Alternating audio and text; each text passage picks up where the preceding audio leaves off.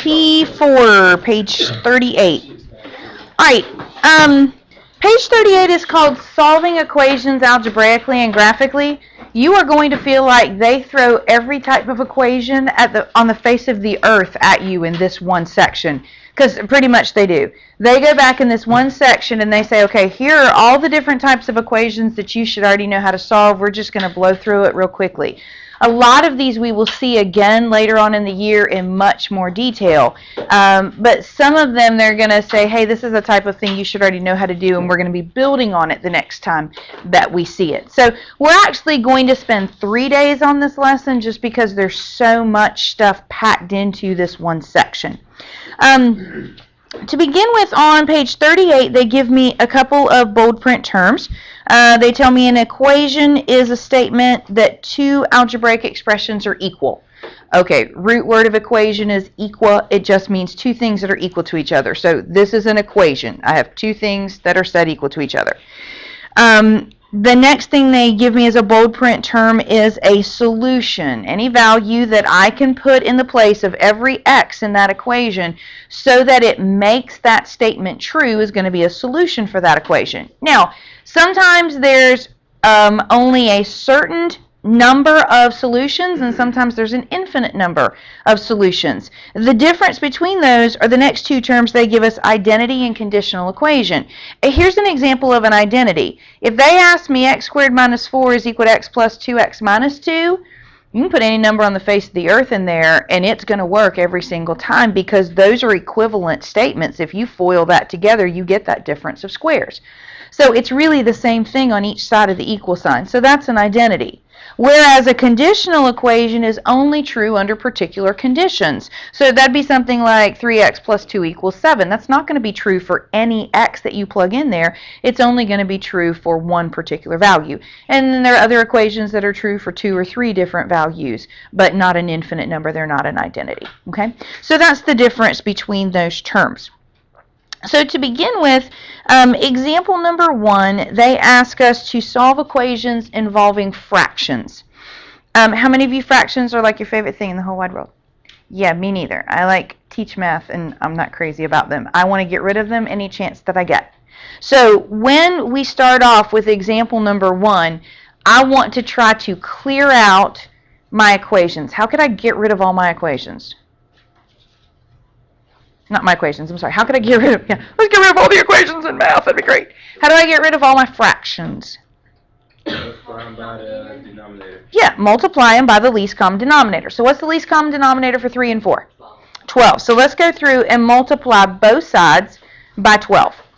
Of course, the most common rule in algebra is what you do to one side, you do to the other side, right? If it started off being equal, if you put something in on the right-hand side, you better put the exact same thing on the left-hand side or it's not going to be equal and balanced anymore. So you can think of it like a scale. If you add 5 to the right-hand side, you have to add 5 to the left-hand side to keep it balanced as it was in the beginning. So I'm going to multiply this entire side by 12, every single piece. So I'm going to go through and say 12 times x over 3. The 3 and the 12 would simplify down to be 4, so that would just leave me with 4 times x. I'm also going to take the 12 times this piece, every single piece on the side. So I'm going to multiply this side by 12, and again the 4 and the 3 would simplify. 3 times 3x gives us the 9x. And then over here nothing will simplify, so 12 times 2 gives us 24.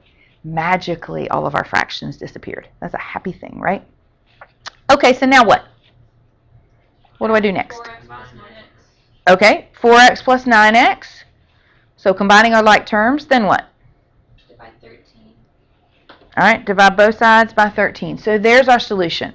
Now, the best thing about solving equations is you have a fast, easy way to check and know whether you got your answer right or not. You can always take your answer and plug it back in the place of x. And in this case, if I plug 24/13 back in for each of those x's, I will get 2. It checks, so I know that's the solution. All right? Look at the next one, example number 2. Example number 2 has fractions as well. It just so happens that there are variables in our denominator, but I still can treat it the exact same way. If I want to get rid of all those fractions, I just multiply by the least common denominator. So I have x minus 2, x plus 2, and x squared minus 4, which factored is x plus 2, x minus 2.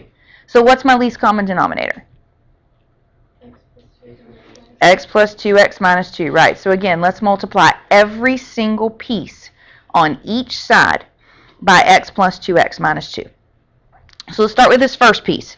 If I multiply this first piece, the x minus 2's would cancel each other out, and I would be left with x plus 2 times 1, so that's just going to give me x plus 2 on the left-hand side.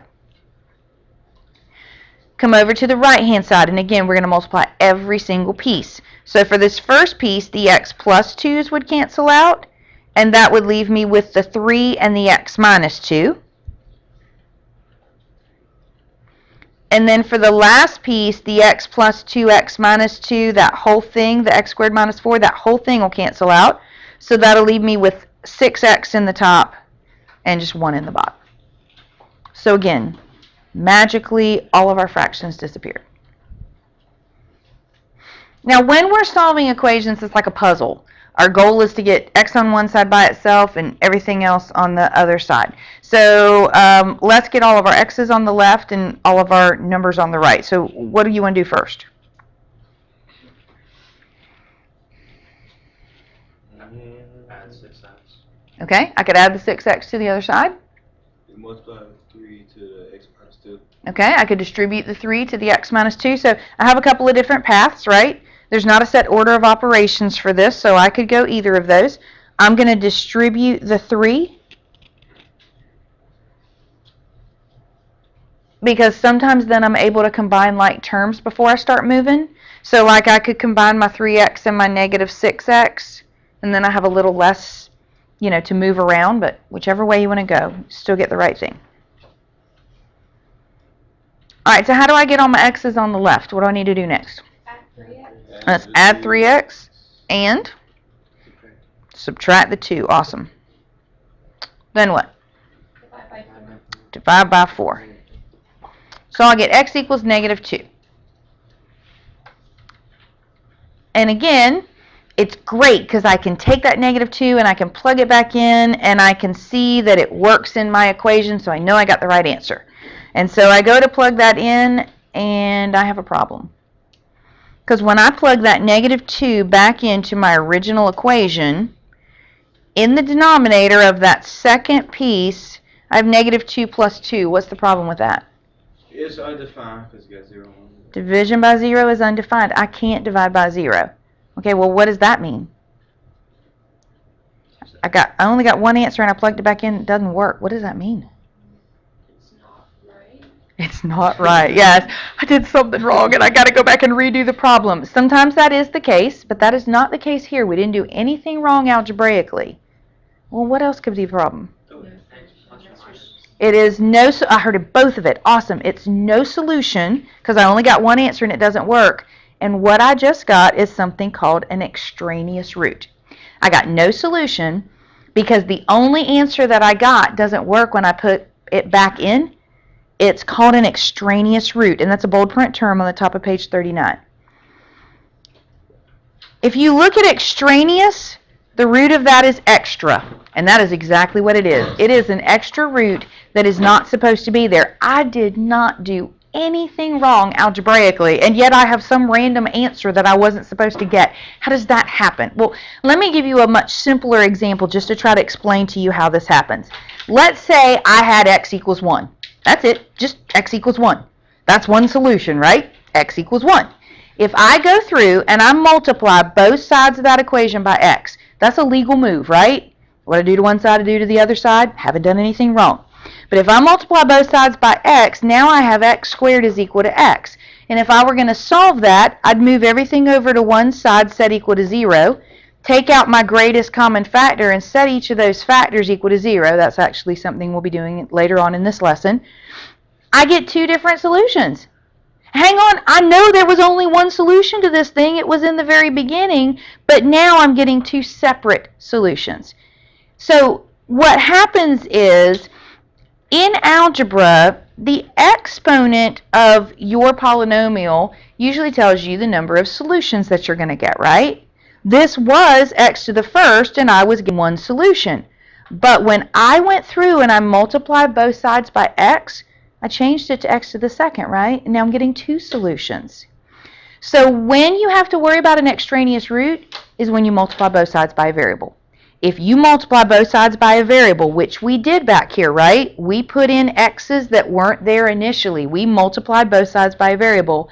I run the risk of picking up an extraneous root. So although when I get to the end of a test or a quiz, if I have a few extra minutes, it's a nice idea if I go back and check my work and plug my answers in for my equations to see if they work. That's great, but if I multiplied both sides by a variable, it's not optional. I have to do it. I have to go back and check because I may have picked up some extraneous roots and they are not actual solutions. The only way that I'm going to be able to tell whether it's an actual solution or an extraneous root is to go back to the original equation, not the one I modified, but the original equation. If it works in the original equation, it is a solution. If it doesn't, it's an extraneous root. And in our case, because the only answer we got was extraneous, then that meant there was no solution. Here's another way that you can check this. Let's say that you looked at the graph on the graphing calculator, all right? I could take what's on the left-hand side of my equation and put it in y1, and take what's on the right-hand side of my equation and put it in y2, all right? So if you have your graphing calculator, go ahead and grab it, and let's throw that in.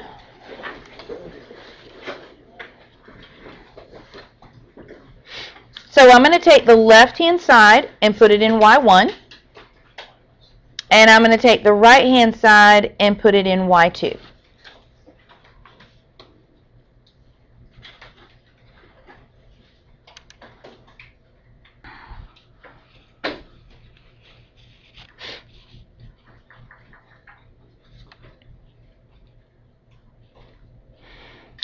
So I went to y equals, and in y1, I put in the left-hand side, and in y2, I put in the right-hand side.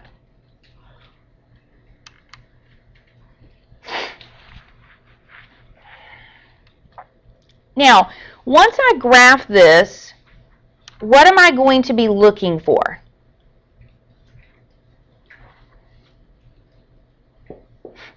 When I graph the left-hand side and the right-hand side, what am I looking for? How will I know what my answer looks like?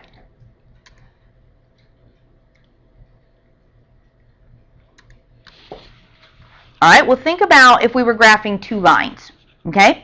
If we were graphing two lines, every single point on the first line would be a solution for that equation, right?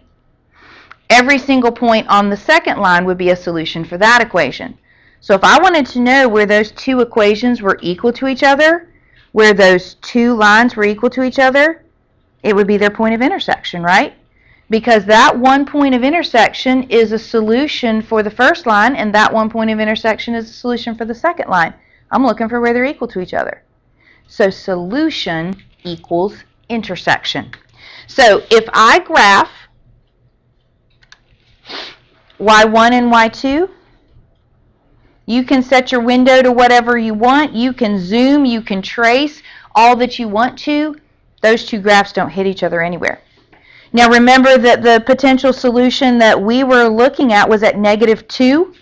You could clearly see at -2 there is definitely no point of intersection there. So that would be another way to just verify for myself that that wasn't supposed to be a solution. So no intersection, no solution, because solution equals intersection. And there in your book on page 39, they give you that worked out algebraically, and then they also go through and work it out for you graphically as well, so that you can see it both ways. All right, bottom of page 39, they talk to us about x and y intercepts. Now, we've actually talked about that already because we've already been graphing lines and talked about how those are the two easiest points to use. But just for a review, on the bottom of 39, they remind us your x-intercept is where your graph crosses the x-axis and where y equals 0. Your y-intercept is where your graph crosses the y-axis and where x is equal to 0. So if I wanted to find the x-intercept for example 3, I'm just going to put 0 in the place of y. And this is what we were talking about. It's like you could put your finger on top of 3y, and all you're left with is just 2x equals 5. So what's x? 5 over 2. If you wanted to write it as an ordered pair, it'd be 5 halves 0. Y-intercept, same idea. We're going to go through and we're going to put 0 in the place of y. So it would, 0 in the place of x. So it'd be like you put your finger over this piece of the equation right here, and all you have left is 3y equals 5. So in your head, you could divide by 3 and get y as 5/3. And we've already mentioned that those are the two easiest points to use then to plot the line. You can see our x-intercept at 5 halves and our y-intercept at 5/3, and we could connect those to sketch our graph. On the top of page 39, top of page 41, they make some connections for us. And they tell us that if you're asked to find a solution to an equation, you are looking for the x-intercept. So we're looking for, if we solve the equation, we're looking for where that graph crosses the x-axis. Where that graph crosses the x-axis is the x-intercept. And to find the x-intercept, we set y equal to 0. So that would be setting our function equal to 0. So it's also sometimes called the 0 of the function. And it's also sometimes called the root. Those are all synonymous terms. So if I solve an equation, then that's what I can look for graphically. We know that sometimes we'll have more than one x-intercept. Like, think about when you graph a parabola. A lot of times you'll cross your x-axis in two places, or maybe you have a parabola that doesn't cross your x-axis at all. So you can have more than one x-intercept or no x-intercepts. That also means then that you can have more than one solution sometimes with your equation, or you can have no solution at all to an equation. So look at page 41. There are some of the equations that we solve that, to work them out algebraically right now, we don't quite know how to do that yet, or it's something that we need to review, or it would just be too tedious to do it, but we can use our graphing calculator to solve it for us.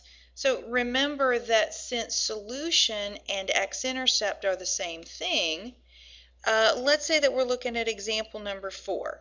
We've got y is equal to 2x to the third minus 3x plus 2 is equal to 0. If I wanted to find the solutions for that, I could get it from my graphing calculator.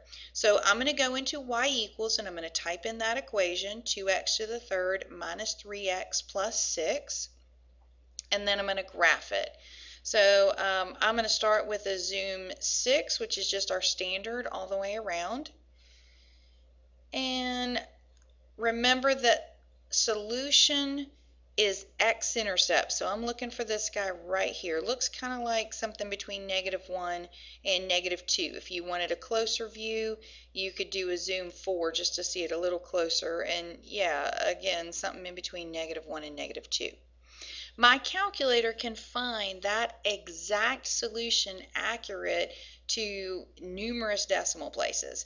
And the way that I do that is I'm going to go back to second trace, which is our calculate menu. We've already talked about how to find a value. Using that value button, we can tell it the x value and it will find the y value. What do you see in this list that is synonymous with x-intercept or solution? Right, 0. So let's choose number 2. So if I choose number 2, because you can have more than one x-intercept at a time, it's going to ask me for some parameters. So you'll notice that it's asking me, what is the left boundary? So I think my solution is about right here on this x-intercept. I can't get exactly on it. So I'll go a little bit to the left and hit enter for yes. And notice that it put the little arrowhead up here. So that's where it's going to start looking for the solution.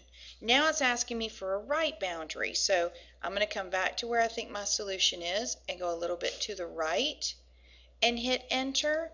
And when I do that, you'll notice that it put another little arrowhead up there. So it's only going to look in between those two for an x-intercept or a solution. So then I'm going to go back and guess, and I'll get as close to that as I can and hit enter.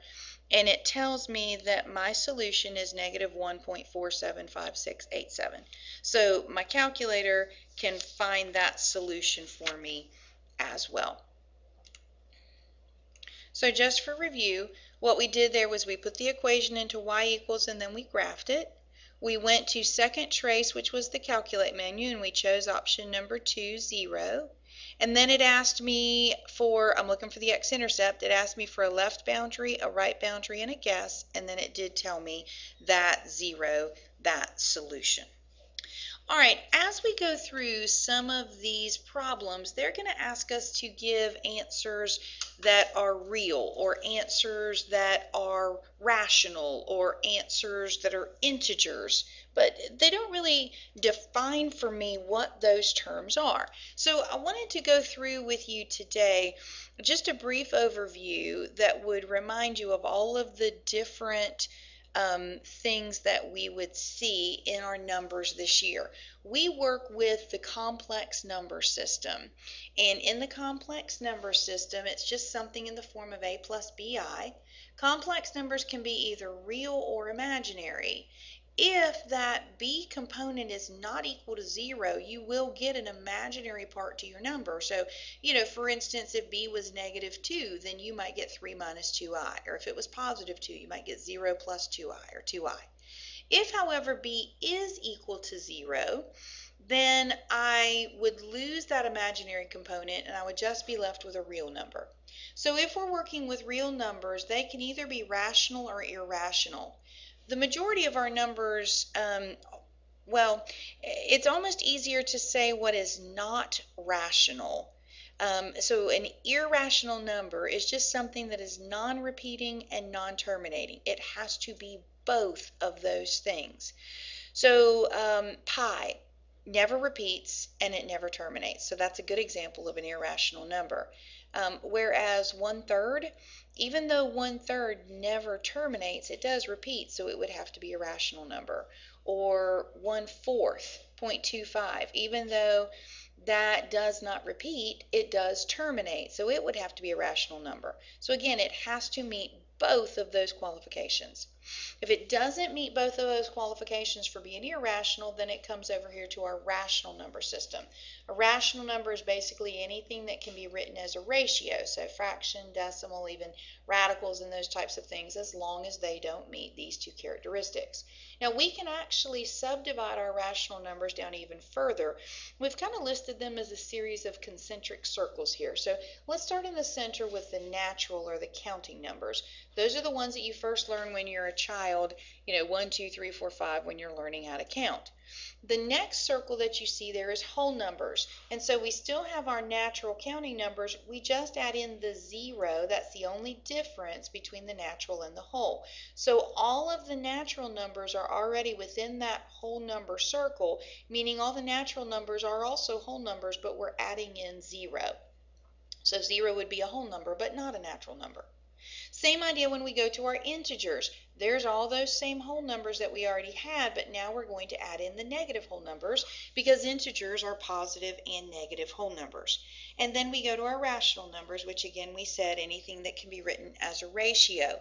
So every one of these things is also a rational number because, for instance, the whole number 3, the natural number 3, the integer 3, you could write as 3 over 1, and that would make it a rational number as well. So those are the terminologies that they'll give us as we're solving these, where they say only find real solutions or only find rational solutions. Remember, we saw rational in standard form as well. Remember, A, B, and C had to be integers. So here's our homework for tonight on pages 50 to 52. There are some of these where they ask you to solve it algebraically and graphically. When they do, you must show both the graphic and the algebraic work. Now, if you're graphing on your calculator, that's fine. Just copy that graph that you get on your calculator off onto your paper. That's perfectly fine. Now, when we're looking for